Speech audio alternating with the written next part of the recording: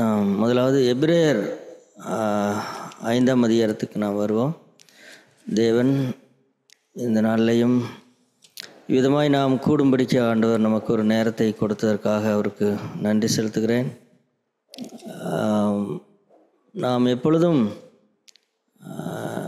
நாம் மட்டுமல்ல, தேவனும் நம்மோடு இருக்கிறார் அப்படிங்கிறதான் நாம் பார்க்க வேண்டிய ஒரு முக்கியமான ஒரு விஷயம். எபிரேயர்கள் நிருபத்திலே இந்த வசனத்தை நான் வாசிக்க விரும்புகிறேன். எபிரேயர் 5ஆம் அதிகாரம், எபிரேயர் 4ஆம் அதிகாரம் 16வது வசனம். எபிரேயர் 4:16. ஆதலால் நாம் இரக்கத்தை பெறவும் ஏற்ற சமயத்தில் சகாயம் செய்யும் கிருபை அடைவும் தைரியமாய் கிருபாசன தண்டையில் சேரக்கடவும். இங்கே இந்த கடைசி வரி தான் ரொம்ப முக்கியமான வரி. தைரியமாக கிருபாசன தண்டையிலே சேரக்கடவும் அப்படிங்கிறது. அதாவது பின்மாற்றம் என்றால் என்ன, அல்லது தேவனை விட்டு ஒதுங்கி இருக்கிறது என்றால் என்ன அப்படின்னா, இந்த தைரியமாய் அவரிடத்திலே சேர முடியாமல் இருக்கிற ஒரு நிலைதான் அதுதான் பின்மாற்றம் என்று சொல்லலாம். ஏனென்றால் பிசாசானவன் அவன் செய்கிற தந்திரங்களில் ஒன்று என்ன அப்படின்னா, தேவனை குறித்து ஒரு தவறான படத்தை சதா காண்பித்து கொண்டு, அதாவது அவர் ஒரு ஒரு ஒரு எதிர்பார்க்கிற ஒரு மிகப்பெரிய விஷயங்களை, ஒரு 1000% எதிர்பார்க்கிற ஒரு கடினமான எஜமானை போலவும், நாமோ ஒரு 100% கூட செய்ய முடியாத பணியாளர்களைப் போலவும், அப்போ சதா எப்பொழுது பார்த்தாலும் எப்படி இருக்கிறது அப்படின்னு கேட்டால், அவர் எதிர்பார்க்கிறதோ ஒரு 1000% எதிர்பார்க்கிறார், நானும் ஒரு 100% கூட செய்ய முடியாமலே இருக்கிறது. ஆகவே நாள்தோறும் ஒரு திருப்தி செய்ய முடியாத ஒருத்தரை திருப்தி செய்வதற்கு நான் பிரயாசப்பட்டு ஏதோ கொஞ்சம் திருப்தி அடைகிறது, கொஞ்சம் சந்தோஷப்படுகிறது, அப்புறம் திரும்பவும் ஏதோ தேவனிடத்திற்கு கொஞ்சம் போய்விட்டு வருகிறது போல தோன்றுகிறது, அதற்கப்புறம் அப்படி இல்லாமல் தோன்றுகிறது. இப்படி தான் நம்முடைய வாழ்க்கை இருக்கும்படிக்கு சாத்தான் என்ன செய்கிறான்னா, வஞ்சிக்கிறான். என்றால் தேவனை குறித்து தவறான கருத்தை ஆதியிலே, அதாவது அவனுடைய முதல் பொய்யே என்ன அப்படின்னா, முதலாக பொய் சொன்னவன் யாருன்னா சாத்தான் தான் பொய் சொன்னான். முதல்ல எழுதியிருக்கிற பொய்யும் அதுதான். அது என்ன அப்படின்னா, தேவன் உங்களை இந்த மரத்தின் கனியை புசிக்கக்கூடாது என்று சொன்னதற்கு ஒரு காரணம் இருக்கிறது. அவர் நீங்கள் அதை புசித்து விட்டால் நீங்கள் அவரை போல மாறிவிடுவீர்கள் என்பதற்காக அவர் அதை விலக்கி வைத்திருக்கிறார். நீங்கள் குருவை போல மாறிவிடுவீர்கள் என்று உங்களை எப்பொழுதுமே ஒரு இடத்துல ஒரு அளவிலே வைத்திருக்கத்தான் தேவன் விரும்புகிறார். அதனால் அவர் ஏதோ ஒன்றை உங்களிடத்திலிருந்து மறைக்கிறார், அல்லது உங்களுக்கு காண்பிக்காமல் இருக்கிறார். அதுதான் இந்த விளக்கப்பட்ட கனி என்பது ஏன் விளக்க வச்சிருக்கிறாரு அப்படின்னு சொல்லி தேவனை குறித்து ஒரு தவறான படத்தை காண்பித்து விட்டபடினாலே, அதுதான் அவருடைய வீழ்ச்சிக்கு முதல் காரணம். என்ன அப்படின்னா, அல்லது அவர்களுடைய மீறுதலுக்கு முதல் காரணம் என்னன்னு கேட்டால், தேவனை குறித்து தவறான கருத்து தான். இன்றைக்கும் நமக்கு இருக்கிற பிரச்சனை முதல்ல பாவம் அல்ல. நிறைய பேர் பாவம் செய்கிறதைத்தான் நாம் பெருசாக நினைக்கிறோம். நான் இப்படி செஞ்சிட்டேன் அல்லது இதை பண்ணிட்டேன் அதை பண்ணிட்டேன் அப்படின்னு சொல்லி. இல்லை, பாவம் ரெண்டாவது. முதலாவது என்னன்னா, தேவனை குறித்து நாம் வைத்திருக்கிற அபிப்பிராயம்தான், அல்லது அப்படிப்பட்ட தவறான கருத்தை யார் புகுத்தினது. உதாரணமாக ஆண்டவர் அந்த தாளந்துகளை கொடுத்த உவமையை பற்றி பேசும் பொழுது, அங்கே ஒருவனுக்கு 5 தாளந்தும், ஒருவனுக்கு 1 தாளந்தும், ஒருவனுக்கு 2 தாளந்து, ஒருவனுக்கு 1 தாளந்து, இப்படியெல்லாம் கொடுப்பார் அல்லவா. அப்படி கொடுக்கும் பொழுது மற்ற இருவருமே ஒரு நல்ல மனதோடு கூட நல்ல முறையில் அதை செலவு செய்து அல்லது அதை வைத்து ஒரு பலனை அடைந்திருப்பார்கள். ஆனால் இந்த ஒரு தாளந்தை வாங்கினவன் மட்டும் அவன் சோம்பேறியாக இருந்தது மட்டுமல்ல, அவன் சொல்லுகிற காரணமும் தவறான ஒரு காரணத்தை சொல்கிறான். அதாவது தேவன் வைக்காத இடத்துல விதைக்காத இடத்துல சேர்க்கிறவர், வைக்காத இடத்துல எடுக்கிறவர் அப்படின்னு சொல்லி நீர் ஒரு கடினமுள்ள மனுஷன் என்று நினைத்து நான் பயந்து ஒழித்தேன் அப்படின்னு சொல்லி அவன் பொய் சொல்கிறான். இப்போ முதல்ல அவன் வேலை செய்யாததுக்கு காரணம் அவன் சோம்பேறி, அதுதான் உண்மை. அந்த சோம்பேறித்தனத்தை மறைப்பதற்கு அவனுக்கு வந்த காரணம் என்னன்னு கேட்டால், தேவனை குறித்து ஒரு தவறான கருத்து தான் அது. எத்தனை தான் பண்ணாலும் உங்களை திருப்தி செய்ய முடியாது, அதனால் நான் இதை செய்யலை அப்படிங்கிற மாதிரி அவன் என்ன செய்கிறான்னா அவன் சொல்லுகிறான். அப்போ இதுதான் சதா தேவனை குறித்து தவறான கருத்துக்களை பரப்பி பரப்பி பரப்பி தேவனுடைய ஜனங்களாக இருக்கிறவர்கள் நாம் வேதத்திலே பல இடங்களில் பார்க்கும் பொழுது தேவனுடைய நேரத்திற்காக காத்திருக்காமல் அநேகம் பேர் தவறு செய்வார்கள். அதுக்கெல்லாம் காரணம் என்னன்னு கேட்டால், தேவன் எங்களை மறந்து விட்டார். இப்போ ஆபிரகாம் ஏன் இஸ்மவேலை பெற்றெடுக்க வேண்டும் அப்படின்னா, அப்படி செய்ய வேண்டியது சரிதானா அப்படின்னு கேட்டால் சரியே அல்ல, அப்படி செய்திருக்கவே வேண்டியதில்லை. அப்படி செய்ய தூண்டியது என்னன்னா, தேவன் சொன்னாருங்கிறது உண்மைதான், ஆனால் அது தெரியல. அது சொன்னாருங்கிறது உண்மைதான், ஆனால் அது எத்தனை வருஷம் நம்பிட்டு இருக்கணுங்கிறது பற்றி சரியான அறிவு இல்லை. அல்லது அவர் தெரியல, சொன்னாரோ அது செய்வாரோ செய்ய மாட்டாரோ அப்படிங்கிற மாதிரி. இப்போ இந்த மாதிரி ஒரு விஷயத்தை நடப்பிப்பது, இப்போ இஸ்மவேலை பெற்றெடுத்ததெல்லாம் ரெண்டாவது விஷயங்கள். முதல்ல என்ன விஷயங்கள்னா, சாராளுக்கு தேவன் பேரில் நம்பிக்கை இல்லை, அந்த பகுதி அதை எடுத்து ஆபிரகாமுக்கு சொல்லி அங்கே இஸ்மவேலை பெற்றெடுக்கிறார்கள். இப்போ இந்த தவறான கருத்து தான் சதா மனிதர்களிடத்தில் பிசாசு புகுத்தி முதல்ல அவன் செய்கிறது என்னன்னு கேட்டால், முதல்ல செய்கிற விஷயம் என்ன அப்படின்னா, தேவனிடத்திலே தைரியமாய் போய் சேராதபடிக்கு மனுஷர்களை தடுக்கிறதான் அவன் செய்கிற முதல் தந்திரம். ஆதாமும் ஏவாளும் அதை சாப்பிட்ட உடனே அவர்கள் பயந்து தேவனுக்கு தங்களை ஒழித்து கொண்டார்கள். அதுவரைக்கும் தைரியமாய் தேவனிடத்திலே போய் பேசினவர்கள். ஆண்டவர் எப்படி கூப்பிட்டு கொண்டு வந்தாரோ அதே போல் இவர்களும் ஆண்டவரிடத்திலே போய் நன்றாக பேசி உறவாடினவர்கள் தான். ஆனால் அவர்கள் என்ன, அந்த நிகழ்ச்சி நடந்ததுக்கப்புறம் நாம் பார்க்கிற துயரம் என்னென்னா, அவர்கள் பயந்தார்கள் அப்படின்னு சொல்லி எழுதப்பட்டிருக்கிறது. பயந்து அப்படின்னு சொல்லி. ஏன் இத்தனை நாளாக இல்லாத பயம் எப்படி வந்தது அப்படின்னா, இப்போ பிசாசு செய்கிற தந்திரம் அதுதான். இப்படி சதா ஒவ்வொரு மனுக்குலமாக இப்படியே அவன் செய்து கொண்டு வந்தான். ஆனால் இயேசு கிறிஸ்து வந்த பிறகுதான் அவர் தேவனை நெருக்கமாக நம்மிடத்திலே கொண்டு வந்து சேர்த்தார். அவர் கொண்டு வந்து சேர்த்தது மட்டுமல்ல, அவரே அதற்கு நல்ல மாதிரியாக இருந்தார். ஒரு தகப்பனிடத்திலே தைரியமாக எப்பொழுதும் சென்று ஜெபிக்கிறதை கேட்கிறதை அவர்கள் சீசர்கள் எல்லாரும் பார்த்தார்கள். சதா பிதா பிதா பிதா பிதான்னு சொல்லி அவர்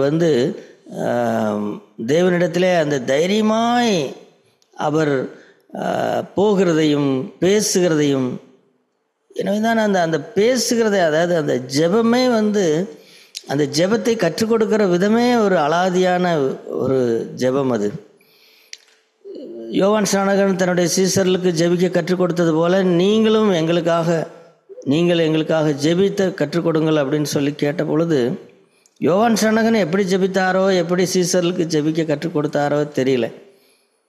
அவர்கள் எல்லாரையும் போல தேவனே, வானமண்டலங்களுக்கு இருக்கிற தேவனே என்று அவர் ஜெபித்தாரோ, அல்லது சாலமோன் ஜெபித்தது போல ஜெபித்தாரோ, யோவான் ஸ்நானகன் எப்படி ஜெபிக்க கற்றுக் கொடுத்தார் என்று தெரியவில்லை. கண்டிப்பாக இயேசு கிறிஸ்து ஜெபிக்க கற்றுக் கொடுத்தது போல கற்றுக் கொடுத்திருக்க மாட்டார். இயேசு கிறிஸ்து என்ன ஜெபிக்க கற்றுக் கொடுத்தார்னா, பரமண்டலங்கள் இருக்கிற எங்கள் பிதாவே அப்படின்னு சொல்லி அவரிடத்திலே தைரியமாக போய் கேட்கிற அந்த தைரியத்தை தான் முதலாவது ஆண்டவர் அவர்களுக்கு கற்றுக் கொடுத்தார். தேவன் ஒரு அணுக முடியாதவர் அல்ல, அல்லது தேவன் ஒரு ஒரு ஏதோ ஒரு திருப்தி செய்ய முடியாத ஒரு ஒரு பெரிய ஒரு எஜமானை போல் அவர் இருக்கிறார்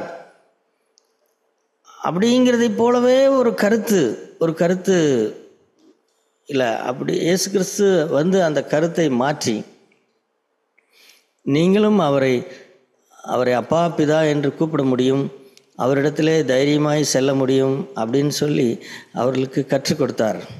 இயேசு கிறிஸ்து வந்ததற்கு அப்புறம்தான் இந்த பிசாசின் பொய்களெல்லாம் என்ன ஆகிவிட்டதுன்னு கேட்டால் எல்லாமே நொறுங்கி போய்விட்டது. இயேசு கிறிஸ்து வந்ததுக்கு அப்புறம்தான் மனிதன் தேவனை குறித்து ஒரு நல்ல படத்தை அவன் கண்டான். இப்பொழுது நாம் பாடினது போல அல்லது ஜெபித்தது போல அந்த இளைய குமாரன் மூத்த குமாரன் அந்த கதையை கூட ஆண்டவர் சொல்லி கொடுக்கும் பொழுது அங்கே தேவனை முதலாக ஒரு ஒரு ஒரு ஒரு தகப்பனை போல அவர் காண்பிக்கிறார். அங்கே அந்த இளையகுமாரன் வரும்பொழுது இளையகுமாரனை பாருங்கள், அவன் எந்த நம்பிக்கையோடு வருகிறான் அப்படின்னா, என்னுடைய அப்பாவிடத்திலே போவேன், அவர் என்னை ஏற்றுக்கொள்வார் அப்படிங்கிற ஒரு தைரியத்தோடு கூட அவன் வருகிறான். அப்போ இங்கே வரும்பொழுது அவனும் கூட ஓரளவுக்கு தான் நினைத்திருந்தான், எங்கள் அப்பா என்னை ஏற்றுக்கொள்ள மாட்டார், ஆனால் நான் மகனாக ஏற்றுக்கொள்ள மாட்டார், ஆனால் நான் ஒரு வேலைக்காரனாவது என்னை வச்சுங்க அப்படின்னு சொல்லியாவது காலில் விழுந்து கெஞ்சி அவர்கிட்ட நான் வேலைக்காவது சேர்ந்து கொள்வேன் அப்படின்னு நினச்சிட்டு தான் அவன் வந்தான். ஆனால் வந்த இடத்துல அவன் கண்ட ஆச்சரியம் என்னென்னா, அந்த ஆச்சரியம் மிகப்பெரிய ஆச்சரியம். அது என்னென்னா, அவர் எதையுமே நினைக்காதவராக, சொத்து அழிந்து விட்டது அப்படின்னு நினைக்காதவராக, எதையும் நினைக்காதவராக அந்த மகனை அப்படியே வாரி அணைத்து கொண்டு அவர் அணைத்து கொள்கிறார் அப்படிங்கிற அந்த படம் இருக்கிறது அல்லவா, அந்த படத்தை சகோதர சகோதரிகளே ஒரு நாளும் மறக்கக்கூடாது. அது என்ன படம்? அது பொதுவாக அந்த படம் இருக்கும், அதாவது ஒரு வயதான தகப்பன் தன் குமாரனை அணைத்து கொள்கிற போல் இருக்கிற ஒரு படம். அந்த படத்தை தயவுசெய்து மறந்துவிடக்கூடாது. நம்முடைய தேவன் அப்படிப்பட்ட தேவன்தான். அதாவது அணைத்து கொள்ள முடியாதபடிக்கு அப்படியே அவர் கைகட்டி கொண்டு நின்று கொண்டு அப்படியே பேசுவார். நான் போவேன், வீட்டுக்கு போவேன், அவர் என்னிடத்துல ஒரு எஜமான், என்னப்பா எப்படி இருக்கிற, இத்தனை நாள் எங்கே போயிருந்த, என்ன விஷயம், எதுக்காக வந்திருக்கிற, அப்படியா, சரி இரு அப்படின்னு பேசுகிறது போல் அல்ல. அப்படி அல்ல. அப்படி பேசினாலே பெரிய விஷயம்தான். ஆனால் அவர் அப்படி பேசலையே. அவர் இளையகுமாரன் தூரத்தில் வரும்பொழுது அவனை ஓடி அவனை கட்டி அணைத்து அவனை முத்தமிட்டு இதெல்லாம் பார்க்கும் பொழுது, இதுதான் தேவனா? தேவனிடத்தில் இப்படி தைரியமாய் செல்ல முடியுமா அப்படின்னா, அது அது அது இன்னும் நமக்கு அது என்ன செய்யலைன்னா அது வருகிறதில்லை. ஆனால் அதுதான் உண்மை. தேவன் சதா அப்படி தான் இருக்கிறார். இயேசு கிறிஸ்து காண்பித்த பிதா அப்படிப்பட்ட பிதா தான். ஆகவே நம்முடைய வாழ்க்கையில் சாத்தானுடைய பொய்களுக்கு, குறிப்பாக அவன் சொல்லுகிற பொய் எப்பொழுது சொல்வான் அப்படின்னா, நாம் ஏதோ ஒரு விஷயத்திலே தவறுகிற நேரத்திலே, ஏதாவது ஒரு பாவம் செய்கிற நேரத்திலே, ஏதாவது ஒரு பிரச்சனையிலே நம்முடைய மதியினத்தினாலே தேவையில்லாத ஒரு பிரச்சனையிலே மாட்டிக்கொள்கிற போது, அல்லது ஏதாவது ஒரு பாவத்திலே நாம் சிக்கிக்கொள்ளும் பொழுது, அப்பொழுதுதான் தேவனுடைய வார்த்தைக்கு மீறி ஒன்றை நடப்பிக்கும் பொழுது, அப்பொழுது உடனடியாக வருகிறது என்ன அப்படின்னு கேட்டால், நீ தேவனிடத்தில் போவதற்கு உனக்கு தகுதி இல்லை, அல்லது நீ முதல்ல நேற்றைக்கு பாவம் செய்யாமல் இருந்தாய் அல்லவா, அப்பொழுது போனது போல இப்பொழுது நீ போக முடியாது. நீ அப்படியே போனாலும் ஒரு திருட்டளவாக போ, எங்காவது ஒண்டி ஒளிந்து அல்லது மறைந்து அப்படியே போ அப்படிங்கிறது போல அவன் சொல்லி கொடுப்பான். அதுவும் சரி, அதுதான் சரி என்று நாமும் நினைக்கிறோம். ஏன்னா நம்முடைய நினைப்பு எப்பொழுதுமே எப்படிப்பட்டதாக இருக்கிறது அப்படின்னா, நல்லது செய்தால் அல்லது தேவனுடைய கற்பனைக்கு கீழ்ப்படிந்தால் அந்த தகுதி எனக்கு இருந்தால் மட்டும்தான் நான் சரியானவனாக இருக்க முடியும் அப்படின்னு நினைத்தது தான்.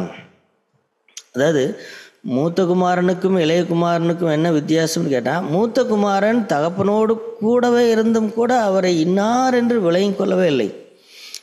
அவன் விலகிக் கொண்டதெல்லாம் என்னன்னு கேட்டால், நான் வயலில் வேலை செய்கிறேன், ஒழுங்காக வேலை செய்கிறேன், என் தகப்பன் என்னவெல்லாம் சொல்கிறாரோ அதையெல்லாம் செய்கிறேன், ஆகவே தகப்பன் என் மேல் பிரியமாயிருப்பார். இப்போ அவனுடைய அளவீடுகள் என்ன அப்படின்னு கேட்டால், அவன் அந்த வீட்டில் இருப்பதனுடைய அளவீடு என்னன்னு கேட்டால், நான் தான் அவர் சொல்கிற எல்லாவற்றையும் நான் செய்கிறேன் அல்லவா. அதனால் அந்த அடிப்படையிலேயே அவன் தன்னை என்ன செய்தான்னா, தன்னை நிதானித்து கொண்டு இப்போ நான் தகப்பனுடைய வீட்டில் இருக்கிறதுக்கு எனக்கு உரிமை இருக்கிறது அப்படிங்கிற மாதிரியே அவன் யோசித்து கொண்டே இருந்தான். அதனால தான் அவனால் இந்த ஒன்றுமே செய்யாமல் வந்த அல்லது தகப்பனுக்கு அதிகம் சம்பாதித்து கொடுத்தவன் இந்த மூத்த குமாரன்.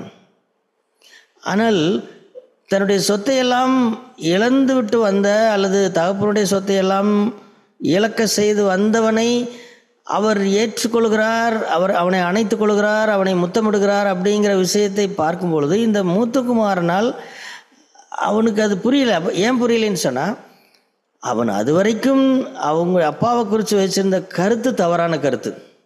இப்போ நாமும் கூட சபையில் இருக்கிற மற்றவர்களை தேவன் ஆசீர்வதிக்கும் பொழுது, ஏற்றுக்கொள்ளும் பொழுது அல்லது அவர்களை அங்கீகரிக்கும் பொழுது நமக்கு ஏன் பொறாமை வருகிறது? ஏன்னா இப்போ நாம் அவங்க செஞ்ச மாதிரி ஒரு மதியினத்தை செய்யலை, சபைக்குள்ள ஒரு குழப்பத்தை உண்டு பண்ணல, நாம் ஒழுங்கரமாக சரியாக இருக்கிறோம். ஆனால் கூட இருக்கிற கணவனோ மனைவியோ பிள்ளைகளோ அல்லது சபையில் இருக்கிற சகோதரஸ்வரிகளோ ஏதோ ஒரு மதியினத்தை செஞ்சுருப்பாங்க. ஆனால் அவங்கள அதையெல்லாம் மன்னித்து தேவன் ஏற்றுக்கொள்கிறத பார்க்கும் பொழுது நமக்கு பொறாமையாக இருக்கிறது. ஏன் பொறாமை வருகிறது அப்படின்னு கேட்டால், நாம் இதுவரைக்கும் தேவனை சரியானபடி விளங்கிக் கொள்ள, என்ன விளங்கிக் கொள்ளன்னு கேட்டால், நாம் செய்த கிரிகளின் அடிப்படையில் தான் தேவன் நம்மை ஏற்றுக்கொள்கிறார் அப்படின்னே நம்பிக்கொண்டே இருந்தது தான் காரணம்.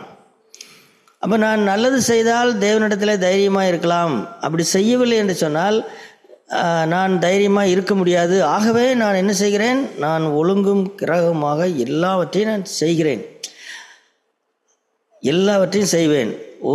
ஒரு காரியம் கூட யாரும் என் பேரில் எந்த தப்பும் சொல்லிடக்கூடாது, நான் கரெக்டாக இருப்பேனாக்கும் அப்படின்னு இருக்கிறதுல, அப்படி இருக்கிறது தவறல்ல, அப்படி தான் நாம் இருக்க வேண்டும். ஆனால் அது எதிலிருந்து வந்துவிடக்கூடாதுன்னு கேட்டால், அது நம்மை காப்பாற்றிக் கொள்வதற்காகவும் அல்லது தேவனிடத்திலே போவதற்கு அது ஒரு தகுதியாகவும் எண்ணிவிடவே கூடாது. அப்படி எண்ணிக்கொண்டிருப்போம் என்று சொன்னால், எந்த தகுதியுமே இல்லாத ஒரு பாவம் செய்துவிட்ட வந்த ஒரு மனுஷனை சபையார் ஏற்றுக்கொள்கிறார்கள், அவனை அணைக்கிறார்கள், அவனை உயர்த்துகிறார்கள் அப்படின்னு பார்க்கும் பொழுது நமக்கு பொறாமை வந்துவிடும். இப்போ பொறாமை வந்ததற்கு காரணம் என்ன? வேறொன்றுமில்லை, தேவனை குறித்து நம்முடைய கருத்து தவறாக இருக்கிறது. அப்போ மூத்த குமாரனுடைய கருத்து என்ன? தேவன் தன்னுடைய தகப்பன் அவர் கட்டளையிட்டதெல்லாம் நான் செய்வேன், ஆகவே அவர் என்னை நேசிக்கிறார், அவர் என்னை ஏற்றுக்கொள்கிறார் அப்படிங்கிறது போல தான் அவன் நினைத்திருந்தான். அதனால தான் நீங்கள் அந்த லூக்கா 15ஆம் அதிகாரத்தை நன்றாய் வாசித்து பார்த்தீர்கள் என்று சொன்னால், குறிப்பாக அந்த இளைய குமாரன் மூத்த குமாரன் அந்த கதையை ஒவ்வொரு வசனத்தையும் வாசித்து பார்த்தீர்கள் என்று சொன்னால், இளைய குமாரன் தான் அவனுடைய வாயிலிருந்து தான் என் தகப்பன் தகப்பன் தகப்பன் வரும். மூத்த குமாரனுடைய வாயிலிருந்து தகப்பன்னு எந்த இடத்துலையும் வந்ததாகவே இருக்காது. நீங்கள் நன்றாய் அதை ஒவ்வொரு வரியாக வாசித்து பாருங்கள். மூத்த குமாரனுடைய வாயிலிருந்து தகப்பனே அப்படிங்கிற வார்த்தையே வந்திருக்காது. இவன் தான் சொல்லுவான், பல இடத்துல சொல்லுவான், தகப்பனே பரத்துக்கு விரோதமாகவும் உமக்கு விரோதமாகவும் பாவம் செய்தேன் அப்படின்னு சில நேரங்கள் இவன் தான் தகப்பனே தகப்பனேன்னு சொல்லுவானே தவிர அவன் ஒரு இடத்துல கூட சொல்ல மாட்டான். ஏன் அவன் அப்படி சொல்லவில்லைன்னு கேட்டால், அந்த அந்த அந்த உறவு அல்லது அந்த தைரியம் இல்லாதவனாக அவனை பொறுத்த வரைக்கும் அவன் ஒரு வேலைக்காரனாகவே அல்லது ஒரு சரியானதை செய்து அதன் மூலமாய் ஒரு பாதுகாப்பை தேடுகிறவனாக இருந்தானே தவிர, இல்லை அப்படி இருக்கவே கூடாது, நாம் அப்படி இருக்கக்கூடாது. ஆகவே சரி, அப்படி இல்லைன்னா இப்போ எப்படி இருக்கணும்? அப்படி எப்படி வேணாலும் இருக்கலாமா அப்படின்னா எப்படி வேணாலும் இருக்கோன்னு அர்த்தம் அல்ல. ஆனால் தேவனிடத்திற்கு செல்வதற்கு நம்முடைய நடக்கைகளை வைத்து நாம் செல்வோம் என்று சொன்னால் நாம் மற்றவர்கள் மேல் பொறாமை கொள்வோம், அல்லது நம்மை விட கீழான நிலையில் இருக்கிறவர்கள் ஏற்றுக்கொள்வதை பார்க்கும் பொழுது நமக்கு சந்தோஷம் வராது. இப்போ அந்த மூத்த குமாரனுக்கு சந்தோஷமே வரல பாருங்க. சொந்த தம்பி தான், சொந்த தம்பிக்கு அவன் ஏற்றுக்கொள்ளப்படுகிறான், மரித்து போயிருந்தான், இப்போ உயிரோடு வந்துட்டான், அவனுக்கு விருந்து செய்கிறாங்க, இவனும் போய் ஒரு விருந்து, இவனும் தன்னுடைய தம்பியை தூக்கி ஆடி பாடி மகிழ்ந்திருந்தால் அது எவ்வளவு நன்றாக இருந்திருக்கும். ஆனால் இவன் அப்படி செய்யலை. இவன் ஓரமாக நின்றிருக்கிறான். ஓரமாக நின்றது மட்டுமல்ல, வீட்டை விட்டே வெளியே வந்துட்டான். அந்த மாதிரி நாம் கொஞ்சம் கொஞ்சமாக நாம் இந்த தேவனும் அவருடைய பிள்ளைகளும் இருக்கிற சந்தோஷமான இடத்துலேருந்து நாமும் கொஞ்சம் கொஞ்சமாக வெளியில் போய்விட முடியும். சரி, இத்தனை தீமைகளுக்கும் என்ன காரணங்க?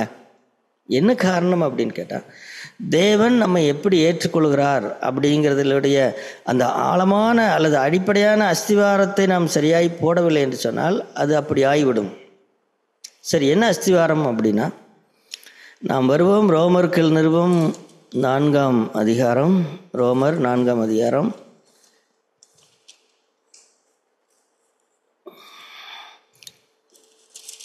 நமக்கு தெரியும், ரோமர்கள் நிருபம் என்பது முழு சுவிசேஷத்தினுடைய முழு விளக்கம் அப்படின்னு சொல்லி, அப்போ ஆரம்பம், அந்த முழு சுவிசேஷத்தின் ஆரம்பம் என்ன அப்படின்னு கேட்டால், அந்த 3ஆம் அதிகாரத்திலே நாம் வாசிக்கிறோம், எல்லாரும் பாவம் செய்து, 3ஆம் அதிகாரம் 23வது வசனத்தில் எல்லாரும் பாவம் செய்து தேவனுடைய மகிமை அற்றவர்களாகி போனார்கள் அப்படின்னு சொல்லி வாசிக்கிறோம்.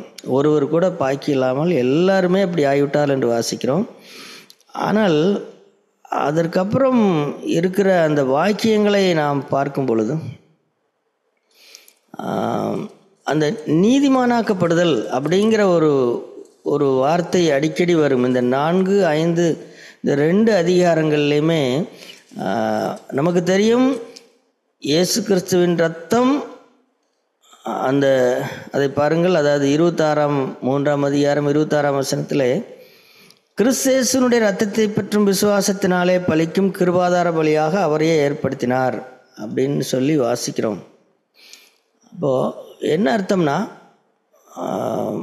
இயேசு கிறிஸ்துவின் ரத்தம் என்னுடைய பாவங்களை எல்லாம் மன்னித்து விட்டது, என்னை கழுவி சுத்திகரித்து விட்டது அப்படிங்கிறது நம்ம எல்லாருக்கும் தெரியும். ஆண்டவரிடத்தில் வரும் பொழுது, நம்முடைய பாவங்களை அறிக்கை செய்யும் பொழுது, அவருடைய ரத்தம் நம்முடைய எல்லாருடைய பாவங்களையும் நீக்கி சுத்திகரிப்பதற்கு அது உண்மையும் நீதியும் உள்ளதாக இருக்கிறது அப்படின்னு சொல்லி யோவான் 1:9 வாசிக்கிறது. எவ்வளவு உண்மையோ அந்த உண்மைதான் இந்த அதிகாரங்களே எழுதப்பட்டிருக்கிறது. சரி, இப்போது அதனால் என்ன அப்படின்னா, நான் மன்னிக்கப்பட்டேன், பாவம் செய்தேன், மன்னிக்கப்பட்டேன், அவ்வளோதான். அப்புறம் அடுத்தது என்ன? நான் பாவம் செய்தேன், மன்னிக்கப்பட்டேன், அடுத்தது திரும்பவும் பாவம் செய்யாமல் இருந்தால் தேவனிடத்திலே தைரியமாக இருப்பேன். ஆனால் திரும்பவும் பாவம் செய்வேன் என்று சொன்னால் திரும்பவும் நான் பயப்படுவேன், அல்லது அவரிடத்தில் தைரியமாய் வர முடியாதவனாக இருப்பேன், அப்புறம் திரும்பவும் மன்னிப்பு கேட்பேன் என்கிறது போல இப்படி தான் நம்முடைய வாழ்க்கை இருக்கிறது. ஆனால் இங்கே ஒரு விஷயத்தை நாம் பார்க்கிறோம். அது என்னன்னா, அந்த 3ஆம் அதிகாரம் 24ஆம் வசனத்தில், இலவசமாய் அவருடைய கிருபையினாலே கிறிஸ்து இயேசுவில் உள்ள மீட்பை கொண்டு நீதிமான்களாக்கப்படுகிறார்கள் அப்படின்னு சொல்லப்பட்டிருக்கிறது. இப்போ நீதிமான்கள் என்று சொன்னாலே அதையும் நாம் விலகிக் கொள்ளுகிறதும் தவறாக இருக்கிறது. அதாவது 2 நீதிமான்கள் இருக்கிறது உண்மைதான். அதாவது இப்போ உதாரணமாக வெளிப்படுத்தின விசேஷத்தில் அந்த மணவாட்டியானவள் அவளுடைய நீதிகள் அப்படின்னு சொல்லி எழுதப்பட்டிருக்கிறது. அப்போ நாம் தேவனுக்காக வாழ்கிற அந்த வாழ்க்கையிலிருந்து ஒரு நீதி நமக்கு உண்டாகிறது என்பதில் எந்த மாற்றமும் இல்லை. அது அப்படி தான் உண்டாகிறது. அது நம்முடைய நீதி என்று தான் ஆண்டவர் சொல்கிறார். அது பரிசுத்தவான்களுடைய அந்த வசனத்தை பாருங்கள், வெளிப்படுத்தின விசேஷத்தில் அது நம்முடைய நீதி என்று சொல்லப்படுகிறது. வெளிப்படுத்தின விசேஷம் 19ஆம் அதிகாரம் 8வது வசனம், சுத்தமும் பிரகாசமான மெல்லிய வஸ்திரம் தரித்து கொள்ளும்படி அவளுக்கு அளிக்கப்பட்டது. அந்த மெல்லிய வஸ்திரம் பரிசுத்தவான்களுடைய நீதிகளே. அப்படின்னா இது என்னன்னா, இது என்ன நீதி அப்படின்னா, இது அவள் வாழ்ந்த அந்த வாழ்க்கை, அவள் தேவனுடைய கற்பனைகளை கை கொண்டு வாழ்ந்த அந்த வாழ்க்கை, அந்த வஸ்திரம், இந்த கடைசியிலே மணவாட்டிக்கு கொடுக்கப்படுகிற அந்த வஸ்திரம் என்பது அவளுடைய நீதி, அவள் வாழ்ந்த வாழ்க்கையினுடைய நீதி தான் அந்த அலங்காரம், அந்த மணவாட்டியினுடைய அலங்காரமாக அது மாறுகிறது. ஆனால் இந்த ரோமர் 3ஆம் அதிகாரம் 4ஆம் அதிகாரத்தில் எழுதப்பட்டிருக்கிற நீதிமான்கள் அப்படிங்கிறது இதுவும் ஒரு வஸ்திரத்தை போலதான், இதுவும் ஒரு வஸ்திரம்தான். ஆனால் இந்த வஸ்திரம் என்பது என்ன அப்படின்னா, இது என்னுடைய நீதி அல்ல. இது யாருடைய நீதி? இது இயேசுவினுடைய நீதி, இயேசுவினுடைய நீதி. அவர் வாழ்ந்த வாழ்க்கையினாலே அவர் வாழ்ந்த வாழ்க்கை ஒரு நீதியான வாழ்க்கை, ஒரு தடவை கூட பாவம் செய்யாமல் வாழ்ந்த அந்த நீதியான வாழ்க்கையை வைத்து நாம் வேதத்தில் வாசிக்கிறோம். 1 தீமோத்தேயு 3:16 ஆவியானவர் அவரை நீதியுள்ளவர் என்று விளங்கப்பட்டார் அப்படின்னு சொல்லி எழுதப்பட்டிருக்கும். ஆமாம், இயேசு கிறிஸ்து அவருடைய கணக்கிலே வர வைக்கப்பட்ட நீதிக்கு அளவே இல்லை. இப்போ இந்த 3ஆம் அதிகாரம், ரோமர் 3-4 அதிகாரங்களில் சொல்லப்பட்டிருக்கிற நீதிமானாக்கப்படுதல் என்னன்னு கேட்டால், இது வெளிப்படுத்தின விசேஷம் 19ஆம் அதிகாரத்திலே சொல்லப்படுகிற நீதிமானாக்கப்படுதல் அந்த நீதி அல்ல. அது அவளுடைய நீதி, அது அவளுடைய சொந்த நீதி. தேவனுக்கு கீழ்ப்படிந்து அவருடைய கிருபையை கொண்டு அவள் சம்பாதித்து கொண்ட நீதி, அதுதான் கடைசியிலே அவளுக்கு வஸ்திரமாகவும் மாறியது. மணவாட்டியினுடைய வஸ்திரம் என்பது அவள் சம்பாதித்தது. ஆனால் இங்கே சொல்லப்படுகிற நீதி என்பது அவள் சம்பாதித்ததல்ல, அல்லது நாம் சம்பாதித்ததல்ல. அது யாருடையது அப்படின்னா, அது இயேசு கிறிஸ்துவனுடைய நீதி. அப்போ அந்த நீதியை ஆண்டவர் என்ன செய்கிறாரு கேட்டால், அல்லது அது ஒரு வஸ்திரத்தை போல, அது ஒரு வஸ்திரம். எப்படி வெளிப்படுத்தின 19 வாசித்தது ஒரு வஸ்திரமோ, அதே போல் இதுவும் ஒரு வஸ்திரம், நீதியின் வஸ்திரத்தை எனக்கு தரித்து அப்படின்னு ஏசாயாவில் வாசிக்கிறது போல இதுவும் ஒரு வஸ்திரம். இது யாருடையது அப்படின்னு கேட்டால், இது இயேசு கிறிஸ்துவனுடைய நீதி. இப்போ அந்த வஸ்திரத்தை ஆண்டவர் பாவங்கள் மன்னிக்கப்பட்டவனாக நின்று கொண்டிருக்கிற என்மேல் ஆண்டவர் என்ன செய்கிறார்னு கேட்டால், இனி பாவம் செய்யாதே அப்படின்னு சொல்லுகிறது மட்டுமல்ல, மாறாக அவர் என்ன செய்கிறார்னா, அந்த நீதியை, இயேசுனுடைய நீதியின் வஸ்திரத்தை என்மேல் போர்த்துகிறார், போர்த்தி விட்டார்.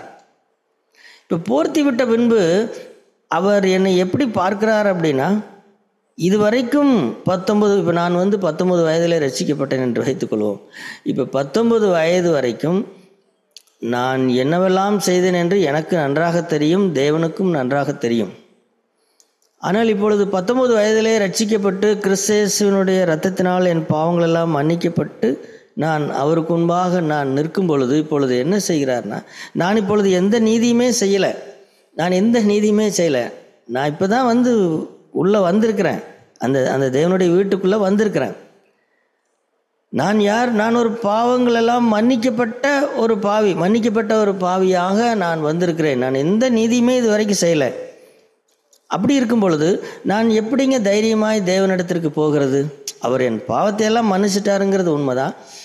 இப்போ மன்னிச்சிட்டாரும் என்று சொன்னாலும் கூட இந்த தேவனிடத்திலே நான் எப்படி தைரியமாய் போவது அப்படின்னா, சரி, நீ மன்னிக்கப்பட்ட அல்லவா, இன்றிலிருந்து நீ ஏதாவது ஆண்டவருக்கென்று நீ வாழ்ந்து விடு, ஒவ்வொரு நாளும் நீ எப்படி வாழ்கிறையோ அந்த அளவுக்கு தான் நீ தைரியமாக போக முடியும், இல்லைன்னு சொன்னால் நீ அவ்வளவு தைரியமாக இருக்க முடியாது அப்படின்னு தான் நாம் விளங்கிக் கொள்கிறோம். நானும் ரட்சிக்கப்பட்டு கிட்டத்தட்ட 1 வருஷ காலமும் வளமும் நான் இப்படி தான் இருந்தேன். எப்படி இருந்தேன்னா, தினந்தோறும் நான் வாழ்ந்த வாழ்க்கையிலே நன்றாக வாழ்ந்திருந்தேன் என்று சொன்னால் அந்த அன்னைக்கு நான் ரொம்ப தைரியமாக போய் ஜெபம் பண்ணுவேன். இல்லைன்னா என்னுடைய மனதிலே ஒரு பெரிய பாரம் அழித்து கொண்டே இருக்கும். ஐயோ, தேவனுக்கு விரோதமாக இப்படி செய்துட்டனே அப்படிங்கிற ஒரு பாரம், பயம். அப்புறம் அது 2 நாள் 3 நாள் இருந்து இப்படி தான் என்னோடய வாழ்க்கை ஒரு சோர்ந்து போகிறதாக, ஒரு திருப்தி செய்ய முடியாத இந்த மிகப்பெரிய தேவனை என்னுடைய பாவங்களே மன்னிச்சிட்டாருங்க, ஆனால் இந்த மிகப்பெரிய தேவனை நான் எப்பொழுது சந்தோஷப்படுத்தி எப்பொழுது நான் அவரிடத்தை நான் தைரியமாய் போவது அப்படின்னு தெரியாமல் நான் பல நாட்கள் நான் அப்படி தான் கஷ்டப்பட்டு கொண்டிருந்தேன். ஆனால் ஒரு நாளில் ஆண்டவர் தம்முடைய வார்த்தையின் மூலமாக இந்த சத்தியத்தை வெளிப்படுத்தினார். எந்த சத்தியம்னா நீதிமானாக்கப்படுதல் அப்படிங்கிற சத்தியம். நீதிமானாக்கப்படுதல் என்றால் என்னன்னு கேட்டால், நான் ரட்சிக்கப்பட்ட பாவி, நான் எந்த கிரியுமே செய்யாமல் நான் தேவனிடத்திலே தைரியமாய் போய் அவரை அப்பா பிதாவே என்று கூப்பிட முடியும். அது எந்த அடிப்படையிலன்னு கேட்டால், நான் ஏதோ நல்லது செய்தேன் என்ற அடிப்படையில் அல்ல, மாறாக என்மேல் போர்த்தப்பட்டிருக்கிறது என்ன? என்மேல் போர்த்தப்பட்டிருக்கிறது இயேசு கிறிஸ்துவனுடைய நீதி. இப்போ இயேசு கிறிஸ்துவனுடைய நீதி என்மேல் போர்த்தப்பட்டிருக்கிறபடினாலே அவர் என்னை எப்படி பார்க்கிறார் அப்படின்னு கேட்டால், பரலோக பிதா என்னை எப்படி பார்க்கிறார்னு கேட்டால், இயேசு கிறிஸ்துவை பார்த்தால் எப்படி பார்ப்பாரோ அப்படி தான் என்னையும் பார்க்கிறார். இயேசு கிறிஸ்துவை முழு ஹிருதயத்தோடு பார்த்து விட்டு என்னை ஏதோ ஒரு பாதி அளவுக்கு இவன் சரி பரவாயில்ல அப்படின்னு, அதாவது இயேசுவை சந்தோஷமாக ஏற்றுக்கொள்கிறார், என்னை ஏற்றுக்கொள்கிறதோ அப்படி இல்லை அப்படிங்கிறது போல தான் நான் நினைத்து கொண்டிருந்தேன். ஆனால் அப்படி இல்லை. இயேசு கிறிஸ்துவனுடைய நீதி என்மேல் போர்த்தப்பட்டு விட்டபடினாலே அவரை இயேசுவை எப்படி பார்க்கிறாரோ அப்படியே என்னையும் பார்க்கிறார் அப்படிங்கிற சத்தியத்தை கேட்ட பொழுதுதான் நான் விடுதலையாய் மாறினேன். விடுதலைன்னு சொன்னால் பெரிய விடுதலை என்னுடைய வாழ்க்கையில். அப்போ நான் எதையும் இப்போ இங்கே பாருங்களேன், அதாவது ஒரு மனிதன் எந்த கிரியுமே செய்யாமல், இந்த 4ஆம் அதிகாரத்தில் பாருங்கள், இதை பவுல் எவ்வளவு விலக்கி பேச முடியுமோ அவ்வளோ விலக்கி பேசுகிறார். என்ன விலக்கி பேசுகிறார்னு கேட்டால், 4ஆம் அதிகாரத்தில் 5ஆம் வசனத்தை பாருங்கள். ஒருவன் கிரியை செய்யாமல் பாவியை நீதிமானாக்கிறவரிடத்தில் விசுவாசம் வைக்கிறவனாய் இருந்தால் அவனுடைய விசுவாசமே அவனுக்கு நீதியாக எண்ணப்படும். எந்த நற்கிரியுமே ஒருவன் செய்யாமல் அந்த தேவனிடத்திலே, அந்த பரலோக பிதாவினிடத்திலே விசுவாசம் வைத்தால் அவனுடைய விசுவாசத்தையே அவர் நீதியாக எண்ணி அவர் என்ன செய்கிறார்னா அவனை ஒரு நீதிமானாக பார்க்கிறார். இந்த 3-4 குறிப்பாக 4ஆம் அதிகாரத்திலே பவுல் இதை 4-5 அதிகாரங்களிலே பவுல் இதை சொல்லிக் கொடுப்பதற்கு ரொம்ப பிரயாசப்படுகிறார். நாம் தேவனால், அதாவது எந்த கிரியும் நற்கிரியை செய்யாமல் நான் தேவனிடத்தில் ஏற்றுக்கொள்ளப்பட்டேன். அது எப்படி ஏற்றுக்கொள்ளப்பட்டேன்னா, இயேசு கிறிஸ்துவனுடைய நீதி என் மேல் போர்த்தப்பட்டபடினாலே. அப்போது அன்றிலிருந்து நான் ரட்சிக்கப்பட்டு இப்பொழுது 34 வருடங்கள் ஆகி விட்டது. இப்போ இந்த 34 வருடங்களுமே என்னோடய வாழ்க்கை எப்படி இருக்குதுன்னு கேட்டால், ஏதோ நான் 34 வருட காலங்கள் ஒரு சீசனாய் வாழ்ந்தேன் என்கிறதை வைத்து நான் இன்றைக்கும் நான் போக முடியாது. நன்றாய் புரிந்து கொள்ளுங்கள்.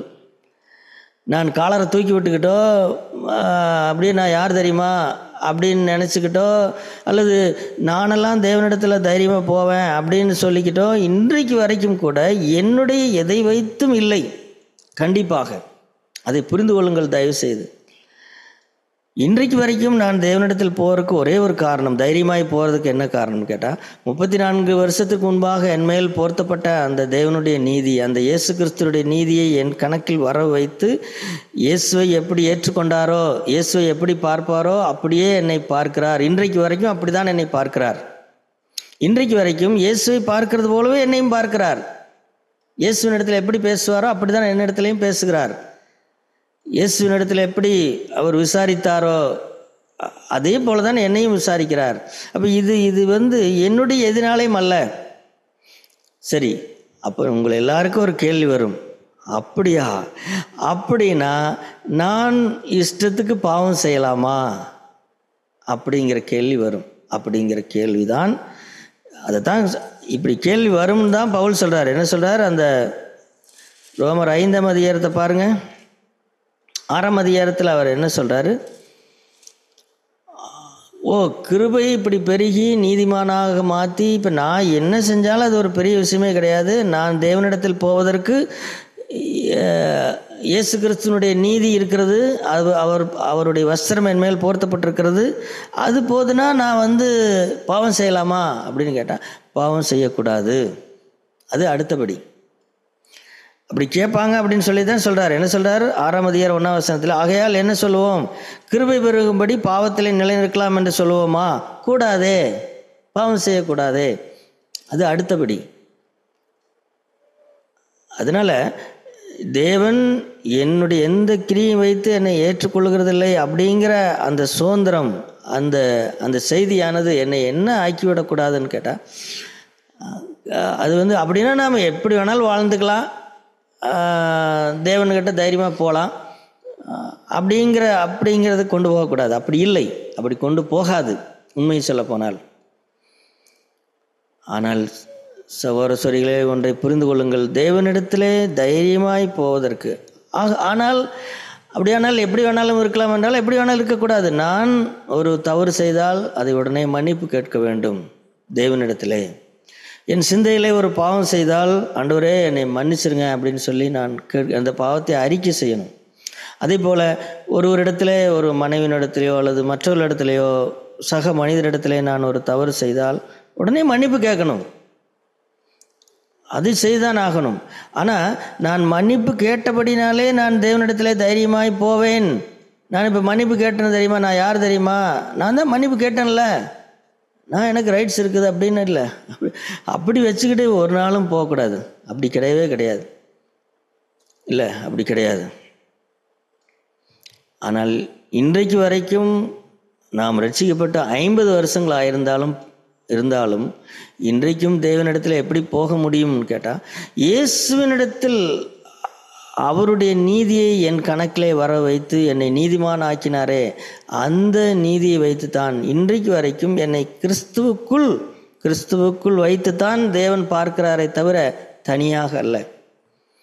எபேசியர்கள் நிருபத்திலே நீங்கள் அடிக்கடி வாசிக்கிற பதம் என்னன்னா, கிறிஸ்துவுக்குள் அப்படிங்கிற பதம் வரும். இந்த செய்தி தான் பல 34-33 வருஷங்களுக்கு முன்பாக இந்த சத்தியங்கள் என்னை விடுதலை ஆக்கிற்று. ஆகவே சாத்தான் இன்றைக்கு சாத்தானுடைய பொய்யை நாம் எதிர்க்க வேண்டும், அவனிடத்திலே தைரியமாய் பேச வேண்டும்.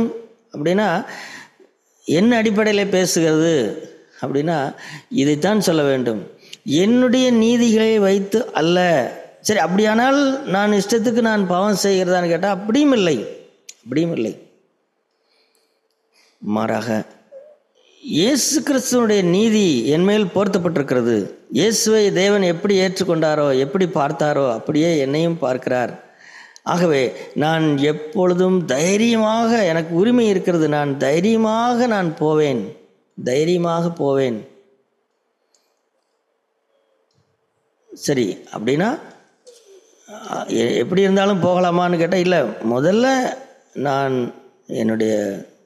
நான் தவறு செய்திருந்தால் அதை அறிக்கை செய்யணும். அதிலெல்லாம் எந்த குறையும் இல்லை, அதை செய்தே ஆக வேண்டும். பவுல் அப்படிப்பட்ட பவுல் தான் சொல்கிறார், தேவனுக்கு முன்பாகவும் மனுஷருக்கு முன்பாகவும் எப்பொழுதும் குற்றமற்ற மனசாட்சி உடையவனாக இருக்க பிரயாசப்படுகிறேன்கிறாரே. அவர் தான் சொல்கிறாரு, இந்த விசுவாசத்தினாலே நீதிமானாக்கப்படுதலை பற்றி அவர் தான் பேசுகிறாரு. ஆகவே தேவனிடத்திலே தைரியமாய் செல்வதற்கு தயவு செய்து இனிமேல் நாம் நம்முடைய எந்த நற்கிரியைகளையோ நல்ல நடக்கையோ தயவு செய்து அதில் கொண்டு வைக்காதிருங்கள். அதெல்லாம் நல்லதுதான், அது தவறல்ல, அது வேண்டும். நமக்கு நல்ல சாட்சி வேண்டும், நல்ல நடக்கை வேண்டும், நல்ல குணங்கள் வேண்டும், நல்ல கீழ்ப்படிதல் வேண்டும். இதிலெல்லாம் எந்த மாற்று கருத்தும் இல்லை. ஆனால் தயவுசெய்து இதை வைத்து கொண்டு நான் பிதாவின் அண்டை தைரியமாய் போவேன், அப்படி இல்லாத போது நான் கம்முன்னு உட்காந்துக்குவேன். இப்போ ஒரு வாரத்தில் ஒரு பிரதர் ரொம்ப சத்தம் போட்டு ஜெபம் பண்ணுறாரு. ஏன் ஜெபம் பண்ணுறாருன்னா, அந்த வாரம் ஃபுல்லாக அவர் நல்லா நடந்தாராமா, நல்ல நீதிமானம் நடந்தாராமா. அதனால் அவர் தைரியமாக எந்திரிச்சு வார்த்தையை பகிர்ந்து கொள்றதும் ரொம்ப தைரியமாக பேசுகிறாரு. ஆனால் அடுத்த வாரம் பார்த்தா அவர் எந்திரிக்கிறதே இல்லை, அவரோட பேச்சவே காணோம். ஏன் காணோம்? பிரதர், நீங்கள் இந்த வாரம் முதல்ல ஜெபம் பண்ணுங்க அப்படின்னு சொன்னால், இல்லை பிரதர், இந்த வாரம் நான் ஒன்றும் சரியில்லை, அதனால் நான் ஜெபம் பண்ணல பிரதர் அப்படின்னா, இது என்னென்னா, இதிலிருந்து நீங்கள் ஒன்றை புரிந்து கொள்ளுங்கள். நம்ம நல்லா வாழ்ந்திருந்தால் தைரியமாக ஜெபம் பண்ணுவோம், நல்லா வாழலைன்னா நான் ஒன்றும் இல்லைங்க, நான் அமைதியாக இருந்துக்கிறேன் அப்படின்னு சொல்லுவோம். இல்லை, இந்த புரிந்து கொள்ளுதல் தவறானது. எந்த பிள்ளையாவது, நீங்கள் குடும்பத்தை யோசித்து பாருங்கள், எந்த பிள்ளையாவது தன் குடும்பத்தில் அப்பா அம்மாவுக்கு நான் கீழ்ப்படுதலுள்ள பிள்ளையாய் வாழ்ந்தால் மட்டும்தான் அப்பாவை அப்பாவுன்னு கூப்பிடுவேன். இல்லைன்னா அடுத்த வாரம் கூப்பிட்டுக்கிறேன், இந்த வாரம் முழுசும் நான் அப்பாவை அப்பாவுன்னு கூப்பிட மாட்டேன், நான் தைரியமாக வரமாட்டேன் அப்படின்னு எந்த பிள்ளையும் சொல்லுகிறதில்லை. ஆனால் நாம் மட்டும் தேவனிடத்தில் அப்படி இருக்கிறோம். இது தேவனுடைய, அதனால தான் இந்த பிரச்சனை வந்துவிடும் என்பதற்காகத்தான் தேவன் என்ன செய்து விட்டார்னு கேட்டால், நீ என்னிடத்தில் வருவதற்கு உன்னுடைய நீதியை நம்பிக்கொண்டு வராதே, உன்னுடைய நீதியெல்லாம் அழுக்கான கந்தைகள். அதற்கு பதிலாக இயேசு கிறிஸ்துவனுடைய நீதியை உன் கணக்கிலே வர வைத்து அவரை எப்படி ஏற்றுக்கொள்கிறேனோ அப்படியே உன்னையும் ஏற்றுக்கொள்கிறேன் அப்படின்னு சொல்லிட்டார். அப்போது இந்த சத்தியம்தான் என்னை விடுதலையாக்கி, அதே நேரத்தில் இந்த சத்தியம் என்னை பாவம் செய்து கொண்டே இருக்கும்படியும் அப்படின்னு தூண்டவில்லை. ஆனால் தேவனிடத்திலே செல்வதற்கு என்னுடைய எதையும் வைத்தல்ல. அதனால் ஒரு தடவை அப்படி தான் நான் யோசித்தேன். ஒரு தடவை தூத்துக்குடி கான்வென்ட்ஸில் நான் பேச வேண்டியதாக இருந்தது. அந்த வாரத்திலே நான் ஒரு மதியனமாகவோ அல்லது அதற்கு முந்தைய ஒரு மதியனமாக ஒரு விஷயத்தை செஞ்சுட்டேன். அது பேர்ஸுக்கெல்லாம் தெரிஞ்சு போய் பேர்ஸ் என்னை கண்டிச்சாங்க. அப்போ எனக்கு என்ன ஆகிப்போச்சுன்னா, நான் இப்படிப்பட்ட ஒரு தவறை பண்ணிட்டேனே, ஒரு விஷயத்தை பேர்ஸுக்கு தெரியாமல் இப்படி நடந்துருச்சு அப்படின்னு சொல்லி வருத்தப்பட்டுக்கிட்டு அந்த தூத்துக்குடி கூட்டத்தில் நானும் பேச வேண்டிய ஒரு 20 நிமிஷமே என்னமோ பேசணும். நான் இப்போ நான் என்ன முடிவுக்கு வந்துட்டேன்னு சொன்னால், நான் தான் தவறிட்டேனே, நான் தான் சரியில்லையே. அதனால் அந்த தூத்துக்குடி கூட்டத்தை நடத்துகிற சகோதர இடத்துல போய் சொன்னேன், பிரதர் எனக்கு இந்த தகுதி இல்லை, நான் பேசக்கூடிய தகுதி இல்லை, நீங்கள் வேறு யாராவது விட்டு பேசுங்க அப்படின்னு சொன்னேன். அப்போ தான் மூத்த சகரியா போனன்னு சொன்னார், உன்னிடத்துல என்ன சொல்லிக்கிறாங்களோ அதை நீ என்ன செய், அதை செய் அப்படின்னார். உன்னிடத்துல என்ன சொல்லிக்கிறாங்க, உன்னிடத்திலே நீ வார்த்தையை பகிர்ந்து கொள்ள வேண்டும் என்று சொன்னார்கள், அதை செய்யணும். ஆமாம், அதை செய். இப்போ அதிலிருந்து என்ன விளங்கி கொண்டேன் என்று சொன்னால், அப்படியானால் எப்படி வேணாலும் இருந்துட்டு ஒன்று செய்யோன்னு நான் சொல்ல வரல சொல்லி அதை புரிந்து கொள்ளுங்கள். நாம் ஒன்று நல்லா இருந்தால் நெஞ்சை நிமித்திட்டு போகிறோம், நல்லா இல்லைன்னா கூனிக்கு வரையும் உட்காந்துக்கிறோம். இது எதுவுமே சரியில்லை. நெஞ்சை நிமித்திட்டு போகிறதும் சரியில்லை, நான் ஒன்றும் இல்லைங்க, நான் நல்லா ஒன்றும் கிடையாதுங்க அப்படின்ட்டு உட்கார்றதும் தப்பு. இந்த ரெண்டுமே தப்பு. மாறாக என்னுடைய தகுதி, நான் தேவனிடத்தில் தைரியமாய் போவது, தேவனுடைய ஜனங்களிடத்தில் தைரியமாய் போவது, இதற்கெல்லாம் காரணம் இயேசு கிறிஸ்துடைய நீதி என் மேல் போர்த்தப்பட்டிருக்கிறது. அதனால் அதுதான் சாகும் வரைக்கும் எனக்கு தகுதியே தவிர சாகும் வரைக்கும் எனக்கு வேறு எந்த தகுதியும் இல்லை.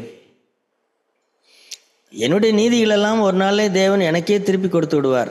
என்ன கொடுத்து விடுவார், அது மணவாட்டியாய் ஆவதற்கு உனக்கு வஸ்திரம் அப்பா, அது உனக்கு, நீயே உன் வஸ்திரத்தை நெய்து கொள்கிறாய், அவ்வளவுதான், மற்றபடி வேறொன்றும் இல்லை. ஆனால் இயேசு கிறிஸ்துவுடைய நீதியோ என்னை சதா, இயேசு எப்படி பிதாவினிடத்திலே போய் பிதாவே பிதாவே பிதாவே அப்படின்னு எப்பொழுதெல்லாம் அவர் பாருங்க, அவர் அவ்வளவு தைரியமாய் போவார் பிதாவினிடத்திலே. நாமும் அப்படிதான், கொஞ்சம் கூட பயப்படாமல், ஆண்டவரே நான் இந்த அடிப்படையில் தான் நான் அவரிடத்துல போக வேண்டும், எதை வேணாலும் ஆண்டவரிடத்துல கேட்கலாம். இல்லை நான் நேற்று பாவம் செஞ்சுட்டேன், அதனால் எனக்கு இன்றைக்கி சாப்பாடு கூட கேட்குறக்கு எனக்கு கூச்சமாக இருக்குது, அப்படின்னெல்லாம் இல்லை, அப்படியெல்லாம் இல்லை. எனவே அருமையான சகோதரர்களே, நாம் நாம் நீதிமானாக்கப்பட்டோம் அப்படிங்கிற இந்த செய்தி நம்முடைய இருதயத்தில் விளங்கிக் கொள்வோம் என்று சொன்னால், நிறைய குற்ற உணர்விலிருந்து விடுதலையாகி நாமும் சந்தோஷமாக இருப்போம், மற்றவர்கள் சந்தோஷப்படும் பொழுது நாமும் சந்தோஷப்படுவோம். இப்போ நான் என்னுடைய நீதியை வைத்து கொண்டு நான் இருந்தேன் என்று சொன்னால், அந்த மூத்த குமாரனை போல தான் இருப்பேன். மூத்த குமாரன் எப்படி இருந்தான், நான் ஒரு சொல்லு கூட நான் கேட்காம இல்லை, நான் எல்லாவற்றையும் கீழ்ப்படிஞ்சேன், எனக்கு மரியாதை இல்லை. ஆனால் இன்றைக்கி என்னமோ தூக்கி தலையில் வச்சு தூக்கி கொண்டாடுறாங்க அப்படின்னு சொன்னால், உன்னையும் அப்படி தான் கொண்டாடினாங்க, உன்னையும் அப்படி தான் கொண்டாடுவாங்க. ஆனால் நீ தவறாக விளங்கியிருக்கிற, நீ உன்னுடைய நீதிகளை வச்சுக்கிட்டு நீ ஆண்டவரிடத்துல வந்ததுபடினாலே உனக்கு தேவனுடைய மனது தெரிய மாட்டேங்குது, தேவனுடைய இருதயம் தெரிய மாட்டேங்குது. தேவன் காசு பணத்தை கணக்கு பார்த்து அந்த அடிப்படையில் அல்ல. காசை விரயம் பண்ணவனை ஒரு மாதிரி நடத்துவார், விரயம் பண்ணாதவனை ஒரு மாதிரி நடத்துவார் அப்படின்னு நீ விளங்கியிருக்கிற. அப்படி இல்லை.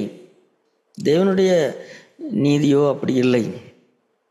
ஆகவே அருமையான சகோதர சொல் எல்லாருக்கும் நாம் தேவனிடத்தில் நாம் எல்லாரும் தைரியமாய் பிசாசனுடைய பொய்யை எதிர்த்து நின்று, பிசாசு நம்ம இடத்துல சொல்லி நம்மை குற்றஞ்சாட்டும் போதெல்லாம், குறிப்பாக சோர்ந்து போன நேரத்தில், கீழே விழுந்த நேரத்தில், தோல்வி அடைந்த நேரங்களில், கீழே விழுந்து தோல்வி அடைஞ்சு மூக்கெல்லாம் உடஞ்சி நம்மை பார்க்குறக்கே நமக்கே பிடிக்காமல் இருக்கிற நேரத்தில், ஐயோ நான் ஏன் இப்படி இருக்கிறேன்னு என்னையே எனக்கு பிடிக்காமல் போகிற நேரத்திலையும் கூட நீங்கள் எண்ணிக்கொள்ளுங்கள், என்னுடைய எதையும் வைத்தல்ல, என் மேல் கிறிஸ்துவ நீதி போர்த்தப்பட்டிருக்கிறபடினாலே நான் அவரிடத்தில் தைரியமாய் நான் போவேன் அப்படின்னு சொல்லி நாம் போக வேண்டும். தேவன் நமக்கு உதவி செய்வாராக. எங்கள் அன்பின் பரலோக பிதாவே, நீர் எங்களுக்கு நல்ல தகப்பனாக இருக்கிறீர் ஆண்டவரே. கிறிஸ்துவுக்குள் எங்களை தெரிந்து கொண்டு அவருடைய இரத்தத்தினாலே எங்களுடைய பாவங்களை எல்லாம் மன்னித்தது மட்டுமல்லாமல் அவருடைய நீதியின் சால்வையை எங்கள் மேல் போர்த்தி அவரை எப்படி ஏற்றுக்கொள்கிறீரோ அப்படியே எங்களையும் ஏற்றுக்கொள்கிறீர் ஆண்டவரே. அவரை எப்படி பிரியமாய் பார்க்கிறீரோ அப்படியே எங்களையும் பிரியமாய் பார்க்கிறீர். இது வரைக்கும் ஒரு தடவை கூட பாவம் செய்யாதவனைப் போல நீர் பார்க்கிறீர் ஆண்டவரே. ஆண்டவரே, இந்த விந்தையான இந்த நீதிமானாக்கப்படுதலுக்காக நாங்கள் உமக்கு நன்றி செலுத்துகிறோம். எங்கள் இருதயங்களில் இருக்கிற பொய்யான அவிசுவாசம், அதைரியமெல்லாம் எங்கள் இருதயத்தை விட்டு இப்பொழுதே இயேசுவின் நாமத்திலே கடந்து போகும்படியாய் நாங்கள் ஜெபிக்கிறோம். ஆமாண்டவரே, முது விடுதலை எங்களுக்குள் உண்டாகும்படியாய் நாங்கள் ஜெபிக்கிறோம். கர்த்தாவே, நீர் எங்களுக்கு நல்ல தகப்பனாக இருக்கிறீர். கிறிஸ்துவுக்குள் வைத்து தான் எங்களை பார்க்கிறீர் ஒழிய தனியாக அல்லவே. அதற்காக நன்றி செலுத்துகிறோம். நன்றி ஆண்டவரே. இயேசுவை நேசிப்பது போலவே எங்களை நேசிக்கிறீர். அதற்காக நன்றி செலுத்துகிறோம். இந்த கூடுகையில் இணைந்திருக்கிற ஒவ்வொருவருக்கும் நீர் அப்படியாகவே இருக்கிறீர் என்று நாங்கள் விசுவாசிக்கிறோம் ஆண்டவரே. இயேசு நாமத்தில் ஜெபிக்கிறோம் நல்ல பிதாவே.